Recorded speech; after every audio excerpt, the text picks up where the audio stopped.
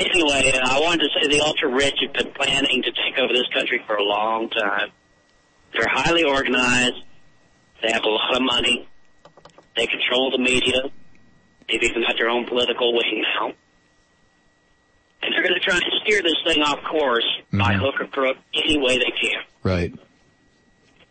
The smartest thing to me that can happen with this movement is for them to stay undefined and ride strictly on the energy because it's the one thing that the ultra-rich could not control. That's right. Absolutely right.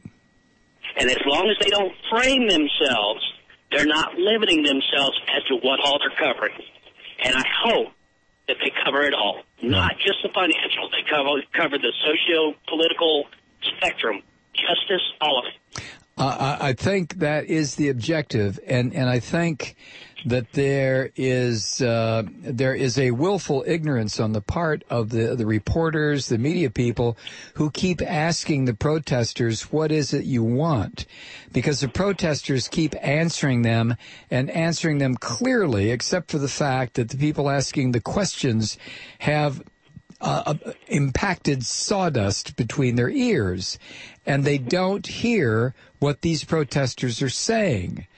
No, I don't think that's it. I think what it is that they are trying to redirect the energy away from where it needs to be. What they're trying to do is they're trying to get these people to specify specific items when there are literally thousands of items these people are talking about. Well, that could... And by doing that, once they limit themselves to those items, then these people who want to redirect this energy can put labels on them and stereotype them and ridicule them and disperse the energy. Well, you're absolutely right, except for one thing. I would take issue with this. Do you really think that some of these reporters that are out there asking people why they're doing this, do you think they are that slick?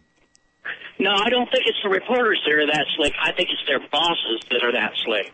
Those reporters are being controlled by people like Rupert Murdoch. Right. And they are telling them to do this. They are putting pressure on them to get these people to define themselves. Yeah. And that's how they're going to destroy them.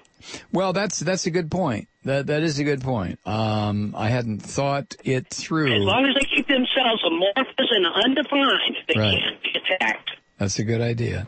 And it is growing in leaps and bounds, and once it reaches a critical mass, you are looking at a full-blown revolution. I do not disagree with what you're saying. All right, Chuck, I got a break here. Thank you, pal. Again.